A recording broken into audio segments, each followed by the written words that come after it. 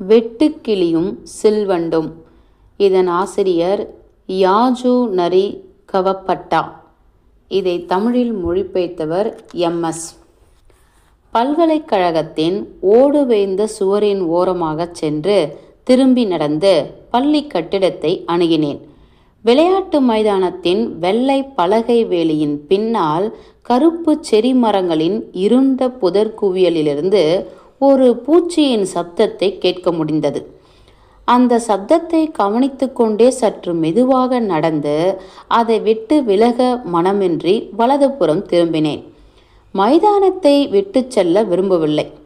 இடது பக்கம் திரும்பியதும் வேலியின் வெளியே ஆரஞ்சு பழ மரங்கள் நடப்பட்டிருந்த சிறிய அணைக்கட்டு இருந்தது. ஒரு மூலையில் ஒரு ஆச்சரியம் காத்திருந்தது. என் கண்கள் வியப்பில் விரிந்தன. மெதுவாக நடந்து முன்னே சென்றேன். அணைக்கரையின் அடிவாரத்தில் அழகிய பல வண்ண லாந்தர் விளக்குகள் கிராமத்து திருவிழாவில் பார்க்க கிடைப்பது போல அசைந்து கொண்டிருந்தன. அங்கிருந்தே கரை புதர்களில் பூச்சிகளை தேடும் சிறுவர் கூட்டம் அது என்பது எனக்கு புரிந்துவிட்டது. 20 லாந்தர்கள் இருக்கலாம். சிவப்பு, ரோஸு, வைலட்டு, பச்சை, கருஞ்சிவப்பு, மஞ்சள் நிறங்களில். ஒரு விளக்கு மட்டும் ஒரே நிறத்தில் 5 நிறங்களை காட்டியது. சில சிவப்பு லாந்தர்கள் கடையில் வாங்கியவை. ஆனால் பெரும்பாலும் சிறுவர்கள் தாங்களே ஆசையுடனும் அக்கறையுடனும் தயாரித்த சதுர விளக்குகள். இந்த ஆள் நடமாட்டமற்ற சரிவில் குழந்தைகள் வண்ண வண்ண லாந்தர்களை அசைந்தபடி வருவது ஏதோ மாயாஜால கதையின் ஒரு காட்சி மாதிரி தோன்றவில்லையா? அந்த பக்கத்தில் உள்ள சிறுவர்களில் ஒருவன் இரவு நேரத்தில் இந்த சரிவில் ஒரு பூச்சி பாடுவதை கேட்டிருக்கிறான். மறுநாள் இரவு ஒரு சிவப்பு லாந்தரை வாங்கி கொண்டு அந்த பூச்சியை கண்டுபிடிக்க வந்தான். அடுத்த நாள் இரவு அவனுடன் இன்னொரு சிறுவன் வந்தான். இந்த புதிய சிறுவனுக்கு லாந்தர் வாங்க வசதி இல்லை. ஒரு அட்டை பெட்டியின் 2 பக்கங்களை வெட்டி எடுத்துவிட்டு காகிதத்தை ஒட்டி அடியில் ஒரு மெழுகுவத்தியை பொருத்தி மேலே நூலை கட்டியிருந்தான். குழந்தைகளின் எண்ணிக்கை 5ஆக உயர்ந்தது. பிறகு 7 ஆயிற்று. அட்டை பெட்டிகளில் ஜன்னல்களின் வண்ண காகிதங்கள் ஒட்ட அவர்கள் தெரிந்து கொண்டார்கள். அதன் மேல் சித்திரங்கள் வரைந்தார்கள். அட்டை பெட்டிகளில் வட்டம், முக்கோணம், சாய்சதுரம் என வடிவங்களை வெட்டி எடுத்து ஒவ்வொரு சிறு ஜன்னலுக்கும் தனித்தனி நிறங்களை கொடுத்தனர்.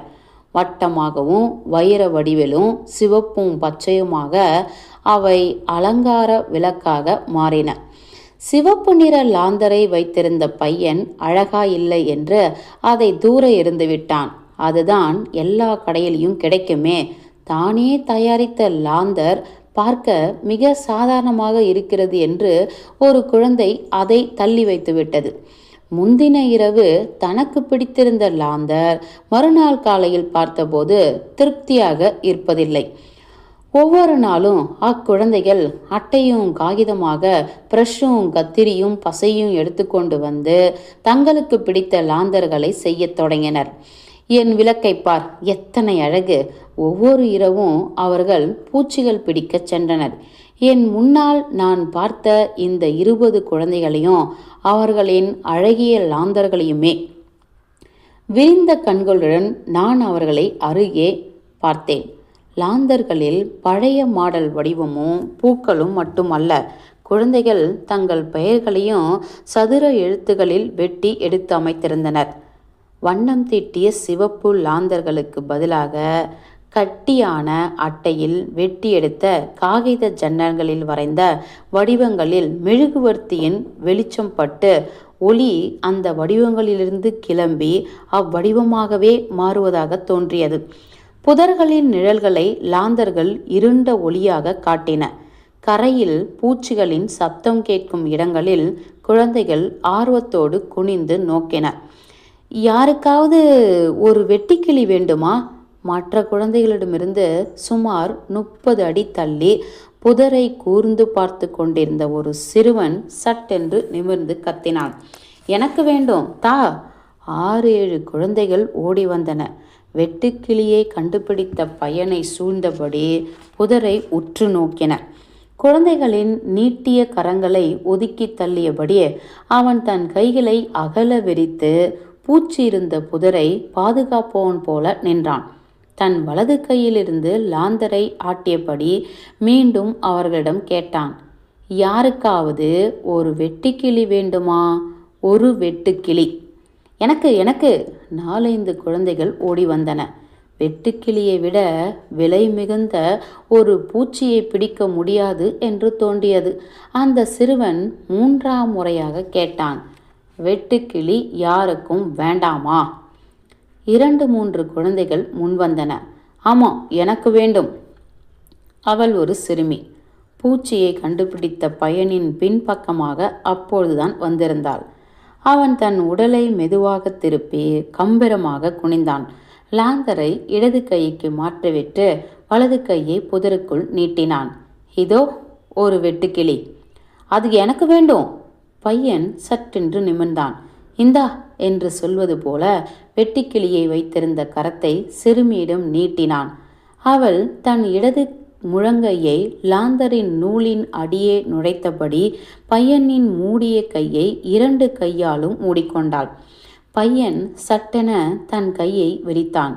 பூச்சி சிறுமியின் பெருவிரலுக்கு ஆள்காட்டி விரலுக்கும் நடுவில் இடம் மாறியது. அந்த சிறிய பழுப்பு நிற பூச்சியை பார்த்த சிறுமியின் கண்கள் பளபளத்தன. ஓ, இது வெட்டுக்கிளி அல்ல, சில்வண்டு. இது சில்வண்டு, சில்வண்டு. குழந்தைகள் எல்லாம் பொறாமை கலந்த குரலில் கோரசாக கத்தின. இது சில்வண்டு, இது சில்வண்டு. பூச்சியை தந்த பையனை பளபளக்கும் கண்களால் பார்த்து கொண்டே சிறுமி தன்னிடமிருந்து சிறு கூண்டை திறந்து அந்த பூச்சியை உள்ளே விட்டாள். சரி, இது சில்வண்டுதான். அதை சிறைப்பிடித்த பையன் முணுமுணுத்தான்.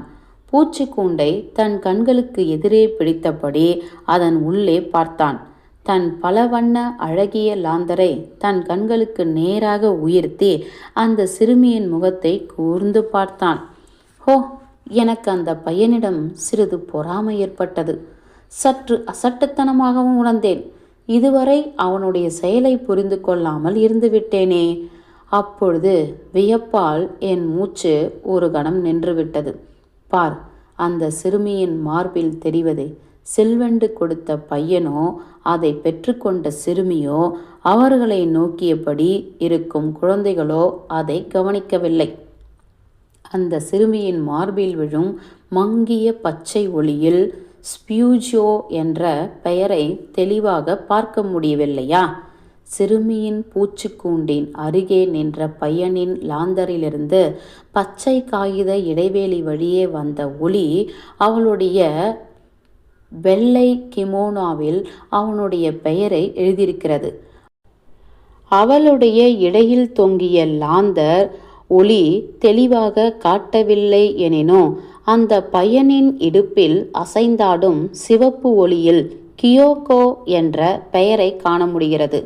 தற்செயலோ நேர்ந்த இந்த சிவப்பு பச்சை நிறங்களின் விளையாட்டை, அது தற்செயலோ விளையாட்டோ, பியோஜோவும் கியோகோவும் அறிந்திருக்கவில்லை. பியோஜோ ஒரு வெட்டுக்கிளியை கியோவுக்கு கொடுத்ததும் அவள் அதை ஏற்றுக்கொண்டதும் அவர்கள் நினைவில் எப்பொழுதும் இருக்கும். ஆனால் தனது பெயர் பச்சை எழுத்துகளில் கியோகோவின் மார்பில் விழுந்ததையோ அவளுடைய பெயர் தனது இடையில் சிவப்பு எழுத்துகளில் தென்பட்டதையோ பியோஜோ கனவில் கூட நினைத்து பார்க்க முடியாது. அதுபோல பியோஜோவின் பெயர் பச்சை எழுத்துகளில் தன் மார்பில் பதிந்ததையோ அவனுடைய இடையின் தன் பெயர் சிவப்பு எழுத்துகளில் தோன்றியதையோ கியோகோவிற்கும் நினைத்து பார்க்க இயலாது. பியோஜோ, நீ வளர்ந்த வாலிபன் ஆன பெண் வெட்டுக்கிளி என்று கூறி ஒரு செல்வண்டை கொடுத்தபோது ஒரு சிறுமிக்கு ஏற்பட்ட மகிழ்ச்சியை நினைத்து நீ ஆனந்தமாக சிரிக்கலாம். வெட்டுக்கிளி என்று நினைத்து ஒரு சில்வண்டை வாங்கி கொண்ட அந்த சிறுமியின் ஏமாற்றத்தையும் பிரியமுடன் நினைத்து பார்க்கலாம். மற்ற குழந்தைகளிடமிருந்து தூர விலகி ஒரு புதரில் தேடி பார்க்க முடிந்தால் உலகில் சில்வண்டுகள் நிறைய இல்லை என்பதும் புரியும். ஒருவேளை வெட்டுக்கிளி போன்ற ஒரு சிறுமியை பார்த்து சில்வெண்டு என்று நினைக்கலாம். கடைசியாக உன் குழம்பிய புண்பட்ட மனதுக்கு ஒரு நிஜ சில்வண்டு கூட வெட்டுக்கிளியாக காட்சியளிக்கும். அந்த நாள் வரக்கூடுமெனில் இந்த உலகம் முழுவதும் வெட்டுக்கிளிகளால் மட்டுமே நிரப்பப்பட்டதாக தோன்றும்.